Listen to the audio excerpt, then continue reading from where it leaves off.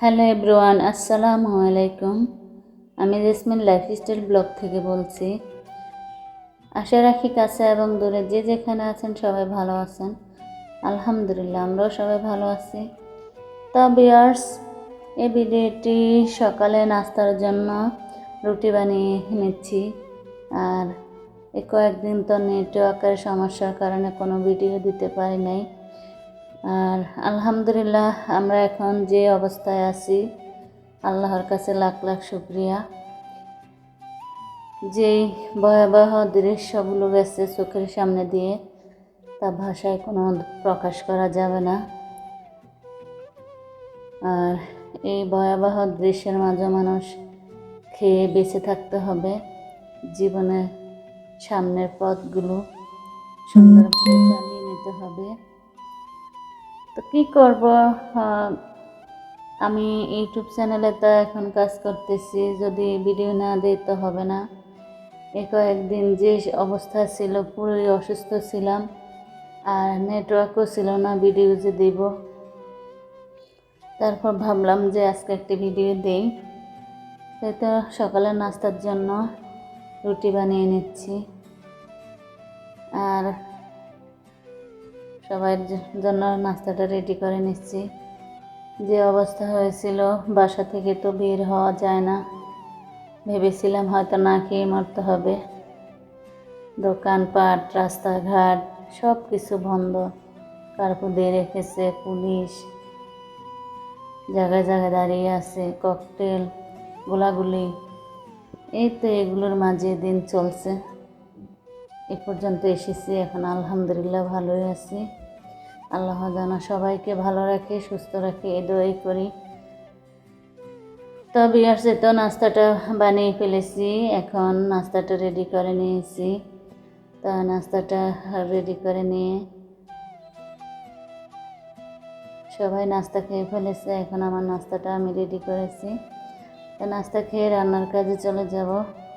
আজকে দুপুরের জন্য রান্না করব এগুলো সামুদ্রিক মাছ। কী মাছ আমি জানি না, নাম জানি না, কিন্তু খেতে খুবই টেস্ট। এই তো মাছগুলো হলুদ মরিচ মেখে, একটু লবণ মেখে হালকা ভেজে নিচ্ছি। হালকা ভেজে তারপরে এগুলো টমেটো দিয়ে ভুনা করব। কিন্তু এগুলো ভুনা করার জন্য মাছগুলো ভেজে নিচ্ছি। আর কাজ তো হাতেই ওঠে না, যে অবস্থা হয়েছিল আশেপাশের দৃশ্যগুলো দেখে অনেক খারাপ লেগেছে। আর আল্লাহর কাছে কত প্রার্থনা করেছি, আল্লাহ যেন সবাইকে হেফাজতে রাখে, সুস্থ রাখে। এই ভয়াবহ দৃশ্য থেকে মানুষ হেফাজত থাকে। ঢাকা শহরে যে পরিস্থিতি হয়েছে, যারা নাকি বাসায় ছিল, সুস্থ আছে, তাদের লাখ লাখ শুকরিয়া আদায় করার দরকার। তাই তো আমি মাছগুলা ভুনার জন্য এখানে হালকা বাদামি কালার করে পেঁয়াজটা ভেজে নিয়েছি। আর হলুদ মরিচ লবণ জিরা গুঁড়া একটু রসুন বাটা দিয়ে তারপর কষিয়ে নিচ্ছি। আর অন্য চুলে আবার আমি যে সামুদ্রিক ক্রিসপি গুঁড়া বলে এগুলো রান্না করব, সেজন্য পেঁয়াজটা ভেজে নিচ্ছি। এতে মাছগুলো মশলাটা আমি কষিয়ে নিয়ে ভালো করে টমেটোটা সিদ্ধ হওয়ার পরে মাছগুলো দিয়ে দিচ্ছি। তো মাছগুলোর সাথে এখন উল্টিয়ে পাল্টিয়ে তারপর মিক্স করে নিব।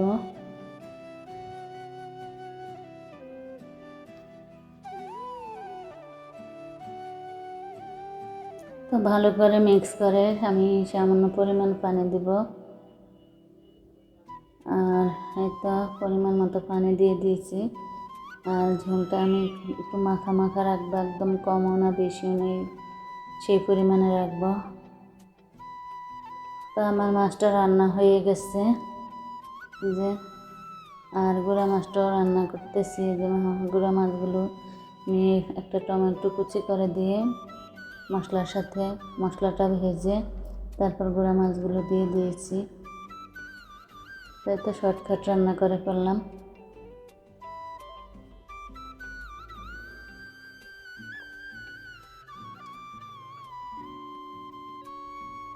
আমার গুঁড়া মাছটাও রান্না হয়ে এসেছে।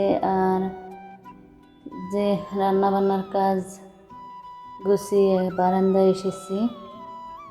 তো এই যে বারান্দায় এসেছি, বারান্দায় এসে একটু ভিডিও করলাম। আমার গাছগুলোর এক আপু জানতে চেয়েছে আমি গাছগুলো কিভাবে রেখেছি। আপু, তুমি যদি আমার ভিডিওটা দেখে থাকো তাহলে এই যে আমি স্ট্যান্ডের মধ্যে আমার এই নিচের গাছগুলো রেখেছি।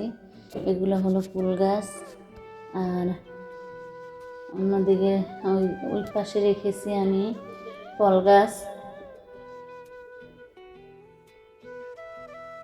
যে ফল গাছগুলো আমি যে পাকা ছিল পাকার উপরে রেখে তারপর দড়ি দিয়ে বেঁধে দিয়েছি, আর নিচে একটা কাঠ দিয়ে দিয়েছি সাপোর্ট করার জন্য, যাতে সামনের দিকে ঝুলে না পড়ে। আর এই তো এভাবে রেখেছি আমার গাছগুলো। তো আপু, তোমাকে অসংখ্য ধন্যবাদ কমেন্ট করার জন্য। আর তুমি দেখে নিও আমি কীভাবে রেখেছি গাছগুলো।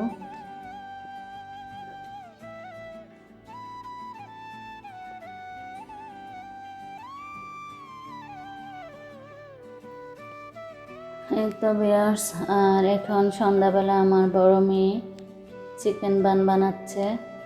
তো ও একটু চিকেন বান বানাচ্ছে, শিখতেছে। তো আমি একটু ভিডিও করে নিয়েছি।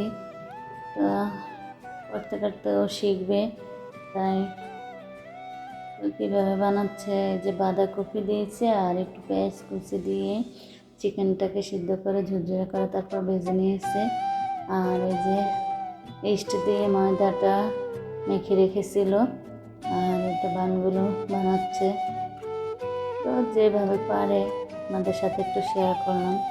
এভাবে সে টুকিটাকি অনেক ধরনের নাস্তাই বানাতে পারে। তা এটা বানাচ্ছে, আমাকে জানায় না। পরে আমি হঠাৎ দেখে আমি বললাম যে তুমি কী বানাচ্ছ, বলে আমি চিকেন বানাচ্ছি। তা আমি ভিডিও করতে গিয়েছি, ও বলে ভিডিও করাতে নাকি ওর বানটা নষ্ট হয়ে গেছে।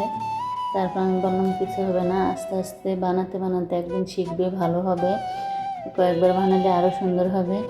তো এই তো বানটা ভেজে নিচ্ছে, ও নিজেই ভেজেছে।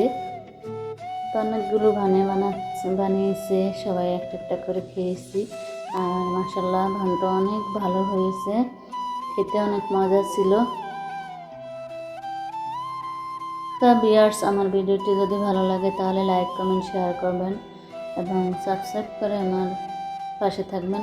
আপনাদের একটি লাইক কমেন্ট শেয়ারে আমার পরবর্তী ভিডিও করার উৎসাহ বাড়িয়ে দিবে। তো সবাই যে যেখানে আছেন ইনশাল্লাহ ভালো থাকবেন, সুস্থ থাকবেন। আর আমার পরবর্তী ভিডিও দেখার আমন্ত্রণ রইল। আজকের জন্য বিদায় নিচ্ছি। আল্লাহ হাফেজ।